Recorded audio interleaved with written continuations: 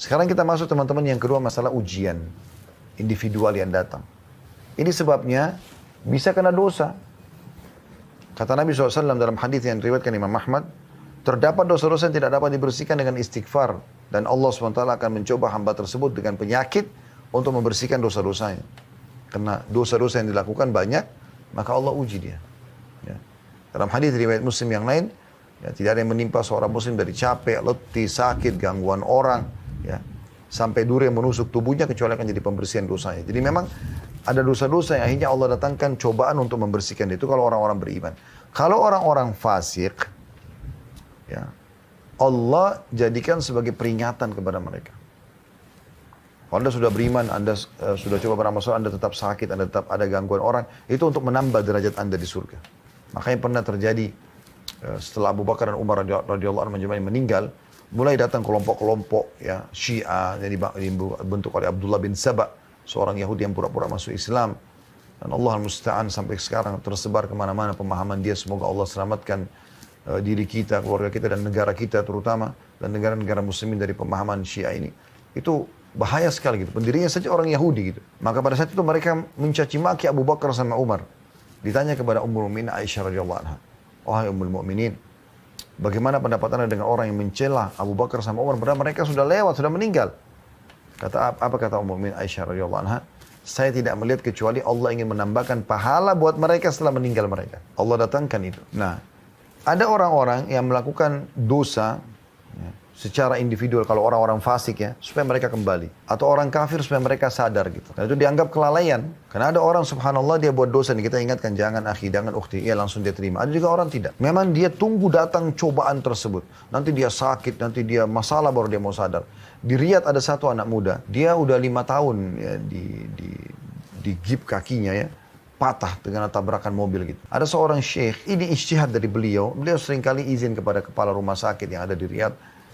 Beliau pindah-pindah, masuk ke kamar, nasihatin orang, sampaikan hadis tentang sabar, supaya kembali kepada Allah segala macam.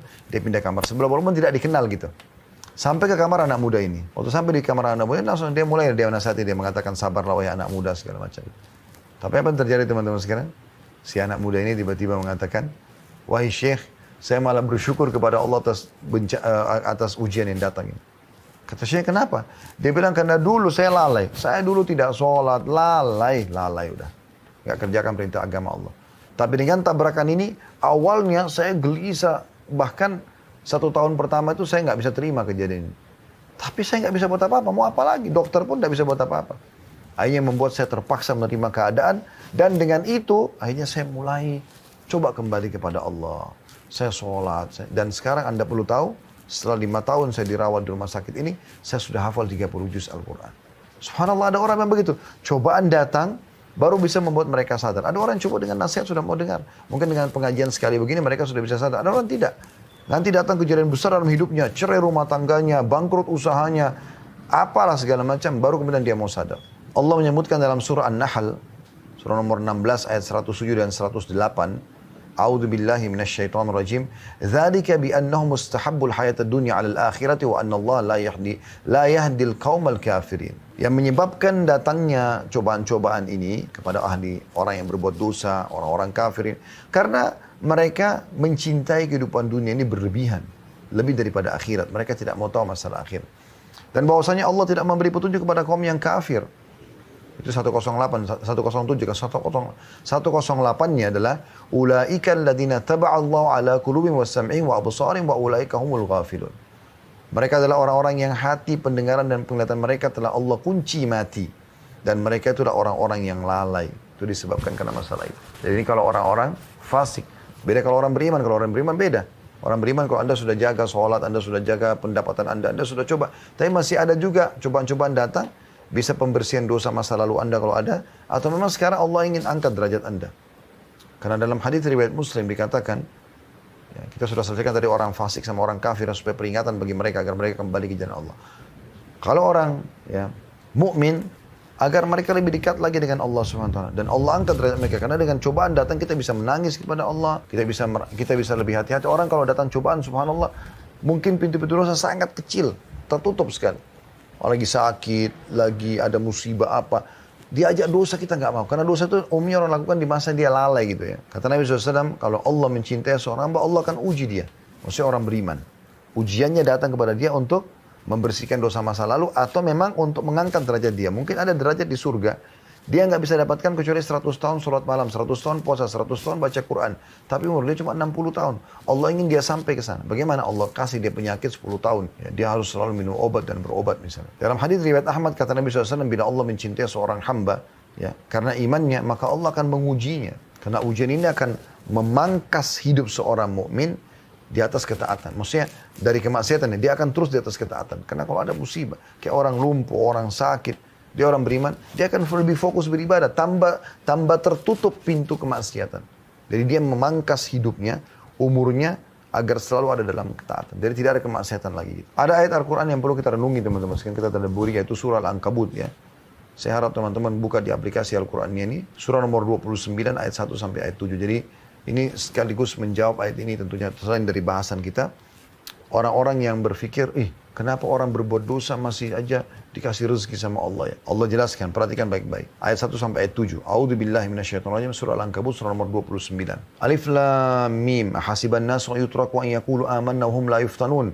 Alif Lam Mim, huruf-huruf awal potongan dalam Al-Quran yang Allah lebih tahu maknanya atau nama lain surah itu. Apakah manusia mengira bahwasanya mereka akan dibiarkan begitu saja? Makan, minum, tidur.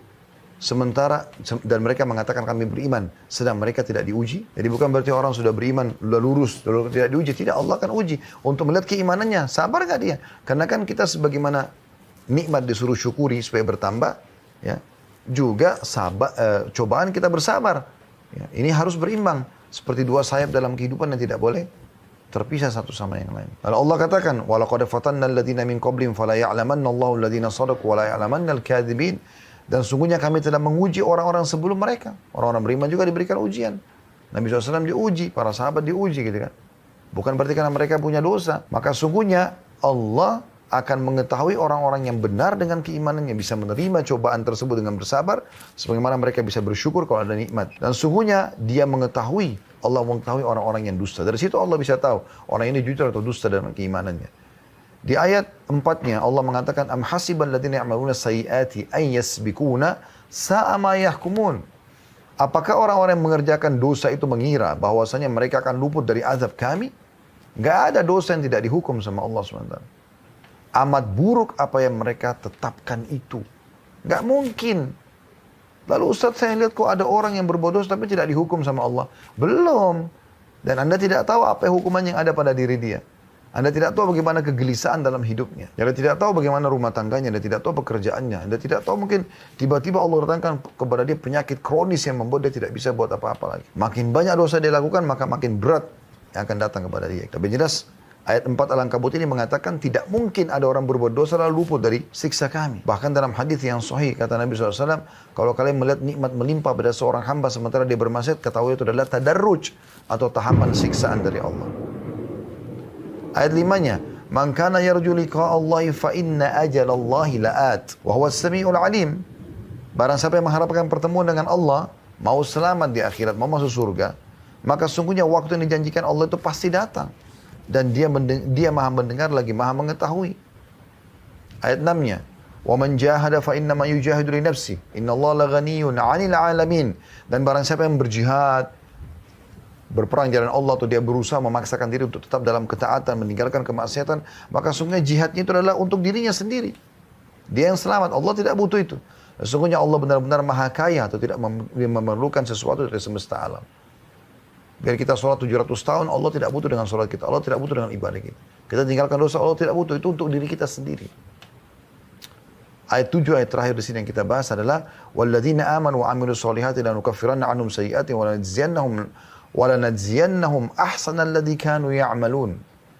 Dan orang-orang yang beriman dan beramal saleh, benar-benar akan kami hapuskan dari mereka dosa-dosa mereka, dan benar-benar akan kami berikan kepada mereka balasan lebih baik dari apa yang mereka kerjakan. Kita tutup teman-teman sekalian dengan hikmah daripada ujian dan cobaan. Yang pertama, penanaman sifat sabar. Ya. Jadi saya sudah bilang tadi bagaimana nikmat kita syukuri, cobaan kita sabari. Ini harus sama, harus berimbang. Nggak boleh nikmat kita syukuri, tapi cobaan kita tidak sabari, nggak boleh. Itu orang beriman harus dua-duanya sama. Jadi dia senyum pada saat nikmat ada, dia juga senyum pada saat cobaan ada. Allah sudah sebutkan tadi dalam surah Al-Baqarah 155, kami akan menguji kalian, gitu kan. Dan Allah menyebutkan di lanjutan ayat, saya akan kembali bacakan 155-nya.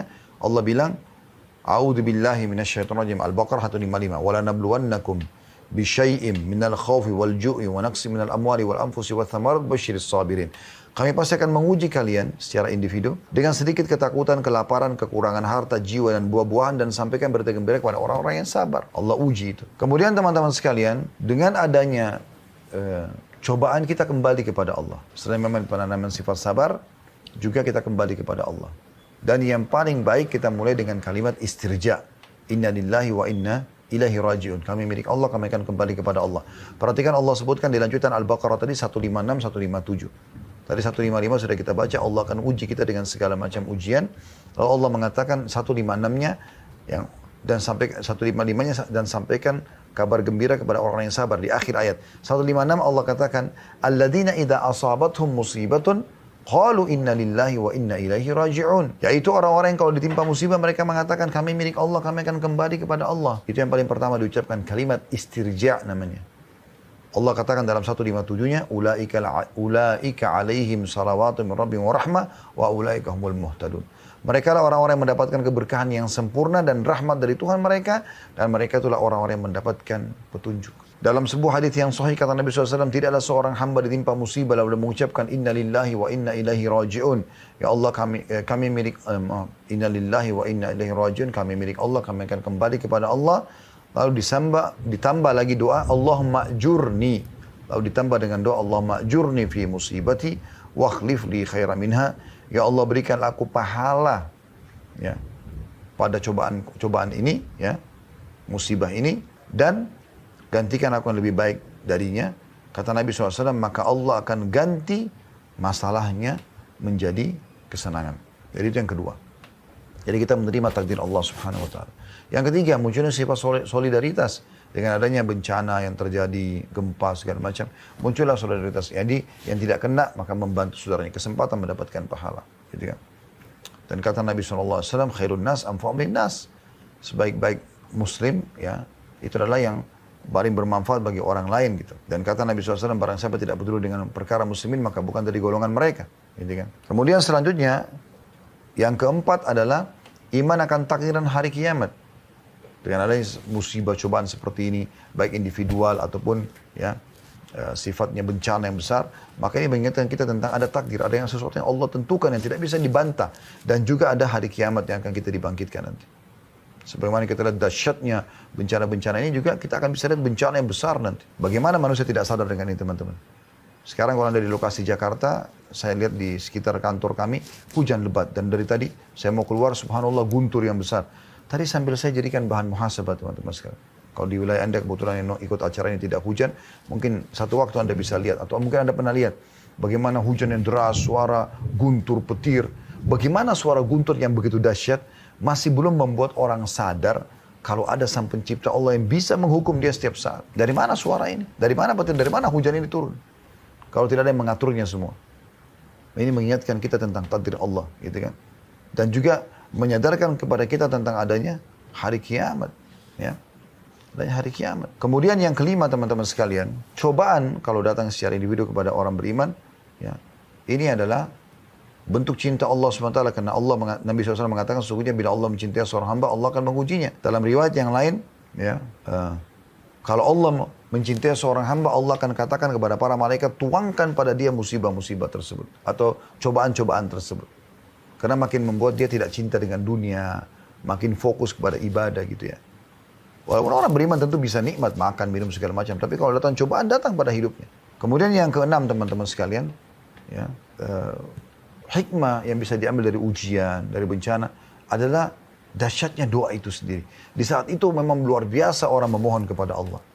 Lagi di atas kapal, dihantam oleh ombak dan kapal akan tenggelam. Bagaimana dahsyatnya orang berdoa pada saat itu. Sebab Ikrimah bin Abi Jahal, radhiyallahu anhu, Ikrimah, anaknya Abu Jahal, Fir'aunnya umat ini meninggal dalam keadaan kufur. Tapi anaknya Ikrimah masuk Islam gara-gara apa?